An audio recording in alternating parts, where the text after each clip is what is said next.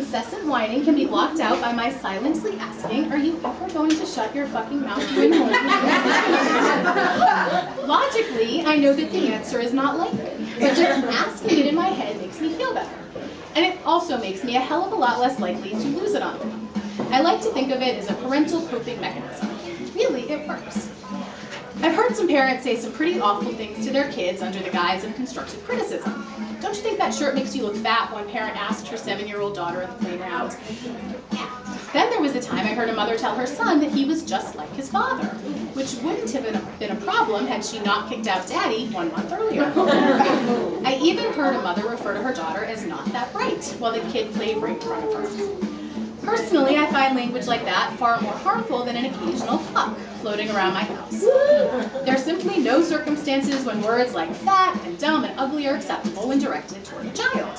A word like shit, on the other hand, is just another word for poop. Really, what's the emotional harm in that? So from my perspective, a swear word here and there is no biggie. They're just words after all, not the stinging judgments that those kids' parents will live with forever. I like to think that I'm making my kids immune to 4-letter words, or at least creative in their use of adjectives. In a few years, when the rest of the kids are swapping dirty words at the playground, mine will simply scoff. Giggling over the word shit?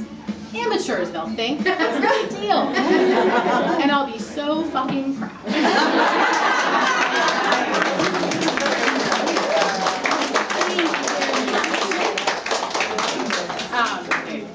So that's the book, and that is, it's just essays like that, and it's also filled with confessions. I have a part on my site, scarymommy.com, that has an online confessional. Some of you might be familiar with it. And it's a place I created just for the little thoughts that you wouldn't necessarily post on Facebook or want your mother-in-law to see. It's a really good stress reliever. It's nice to just get it off your chest and realize that you're not alone.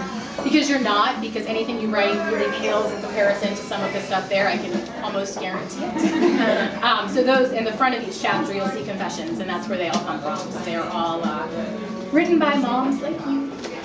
So if you have anything to confess, log on to the site. There's some little confession cards floating around too, but it's not all that anonymous here, so you might purchase and that's it. But thank you so much for being here. I'm so happy to be here.